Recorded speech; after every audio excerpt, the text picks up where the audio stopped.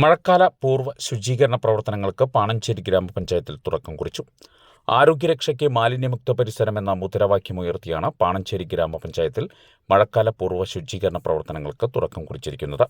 പഞ്ചായത്ത് ഓഫീസിന് മുൻപിൽ നടന്ന പരിപാടിയിൽ പ്രസിഡന്റ് പി രവീന്ദ്രൻ ശുചീകരണ പ്രവർത്തനങ്ങളുടെ പഞ്ചായത്ത് തല ഉദ്ഘാടനം നിർവഹിച്ചു. പൊതുസ്ഥലം വൃത്തിയാക്കേണ്ടത് നാം ഓരോരുത്തരുടെയും കടമയാണെന്നും അത് മറ്റൊരാളെയും ഏൽപ്പിക്കരുത് എന്നും രോഗബാധിതയില്ലാത്ത ഒരു സമൂഹം വളർത്തിയെടുക്കലാണ് നമ്മുടെ ലക്ഷ്യമെന്നും ഉദ്ഘാടന പ്രസംഗത്തിൽ പി രവീന്ദ്രൻ പറഞ്ഞു. Standing committee chairman E T. Jalajan അധ്യക്ഷത വഹിച്ചു. Panchayat secretary John, health inspector Limi C K, ആരോഗ്യ പ്രവർത്തകർ, ആശാപ്രവർത്തകർ, തൊഴിലുറപ്പ് തൊഴിലാളികൾ, ഹരിതകർമ്മസേന അംഗങ്ങൾ എന്നിവർ പരിപാടിയിൽ പങ്കെടുത്തു. പഞ്ചായത്തിലെ എല്ലാ വാർഡുകളിലും മഴക്കാല പൂർവ്വ ശുചീകരണ പ്രവർത്തനങ്ങൾ നടക്കും. നമ്മുടെ പഞ്ചായത്തിലാണ് അങ്ങനെ ഒരു കുപ്രസിദ്ധി പാണഞ്ചേരിക്ക് കിട്ടിയിട്ടുണ്ട്. നമ്മുടെ ആരും കുറ്റം കൊണ്ടല്ല.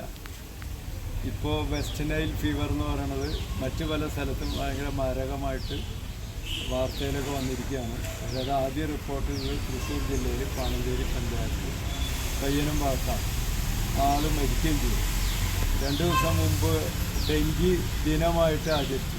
അത് ആചരിക്കാനുള്ള കാരണം ഡെങ്കി പനി കൂടുതൽ പേർക്ക് വരാൻ സാധ്യതയുള്ള ഒരു സമയമാണ് ഇത്. അത് വെസ്റ്റ് നൈൽ ഫീവർ, പുതിയ രോഗങ്ങൾ